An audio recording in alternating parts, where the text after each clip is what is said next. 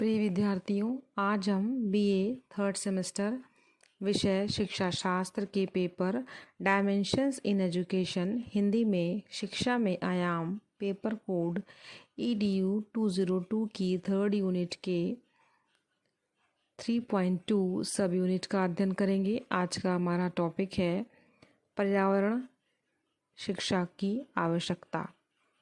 तो पर्यावरण या पर्यावरणीय शिक्षा की क्या आवश्यकता है, आज का हमारा टॉपिक है, जिसमें हम लोग ये चर्चा करेंगे कि किस प्रकार जो है वो पर्यावरण जो है पर्यावरण शिक्षा की मांग करता है सीखने के लिए कि हम अपने पर्यावरण को कैसे सुधारें, कैसे मेंटेन करें और पर्यावरण शिक्षा की कितनी आवश्यकता है।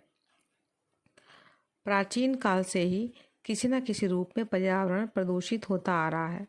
सभ्य होने के प्रयास में मानव के द्वारा की जाने वाली विभिन्न मानवीय क्रियाओं जैसे कृषि, मछली पकड़ना, गृह निर्माण, जंगलों को काटना, औद्योगिक विकास, बांध बनाना, सड़क बनाना, पृथ्वी के गर्भ से कोयला, तेल, गैस आदि निकालना, कूड़ा कचरा फेंकना आदि के कारण पर्यावरण प्रदूषण की गति बढ़ती गई। जनसंख्या में तीव्र बढ़ोतरी और तीव्र औद्योगिक विकास के फलस्वरूप 20वीं शताब्दी में पर्यावरणीय प्रदूषण एक विकराल समस्या के रूप में मानव जाति के अस्तित्व के लिए खतरा बन गया है। प्राकृतिक संसाधनों का समुचित मात्रा में दोहन करने और अवशिष्ट पदार्थों को समुचित रूप में प्रकृति को लौटाने पर ही प्रकृति का संतुलन बना रहता है, परंतु प्राकृतिक संसाधनों का अविवेकपूर्ण व असावधानी से किए गए अंधाधुंध उपयोगों ने वातावरण को प्रदूषित कर दिया है। इसके अतिरिक्त कूड़े कचरे के रूप में मानव जाति के द्वारा फेंके गए अवशिष्ट पदार्थों को प्रकृति आत्मसात करने में कठिनाई महसूस कर रही है। अवशिष्ट पदार्थों की बढ़ती हुई स्थिति के कारण पर्यावरण संरक्षण की समस्या और भी भयंकर होती जा रही है। जंगलों के तीव्र कटान, उद्योग धंधों व वाहनों से निकलने वाले धुएं, कल कारखानों से होने वाले शोर को जल, वायु, भूमि व आकाश में प्रदूषित कर दिया है। नाभिकीय उपकरणों से निकलने वाले रेडियोधर्मी विकिरण भी अपने आप में एक समस्या है। पारिस्थितिकीय संतुलन के छिन्न भिन्न हो जाने के कारण मानव जाति के अस्तित्व को खतरा उत्पन्न हो गया है।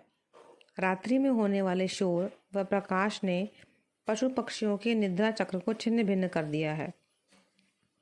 वस्तुतः कल कारखानों के चलने, स्ट्रीट लाइटों के जलने, हवाई जहाज़ों, ट्रेन, बस ट्रकों के आवागमन ने दिन रात के स्वाभाविक अंतर को समाप्त करके जीवन चक्र को सार्थक रूप से प्रभावित किया है। पर्यावरण की यह समस्या वस्तुतः आधुनिक विकास के कारण उत्पन्न हुई है।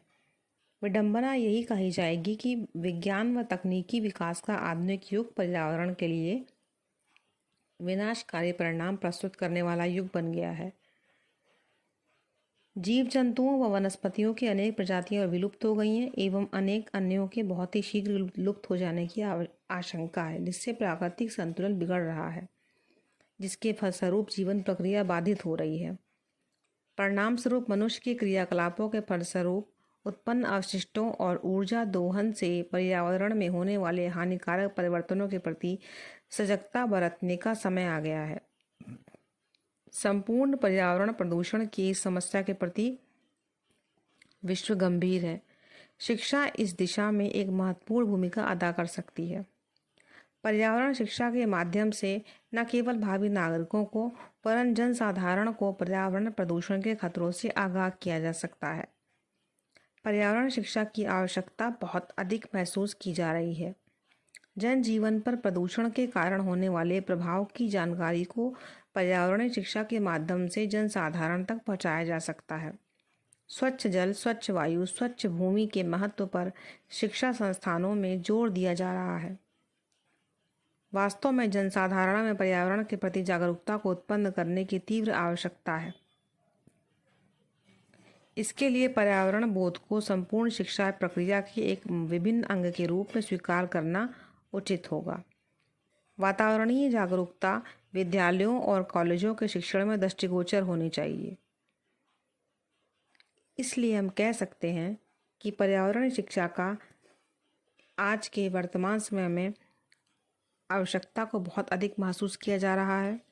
पर्यावरण से संबंधित जितनी भी समस्याएं हैं और इनकी जागरूकता का कार्य सिर्फ पर्यावरण शिक्षा के माध्यम से ही किया जा सकता है। पर्यावरणीय शिक्षा के माध्यम से ही जन साधारण को, बालकों को, सभी को ये समझाया जा सकता है कि किस प्रकार हम अपने पर्यावरण का संरक्षण करें, उसकी सुरक्षा करें, किस प्रकार प्रदूषण से अपने वातावरण को बचाएं और मनुष्य जीवन को, जीव जंतुओं के जीवन को भी बचाएं। अतः पर्यावरण शिक्षा बहुत महत्वपूर्ण है और इसकी वर्तमान समय में बहुत अधिक आवश्यकता महसूस की जा रही है। धन्यवाद।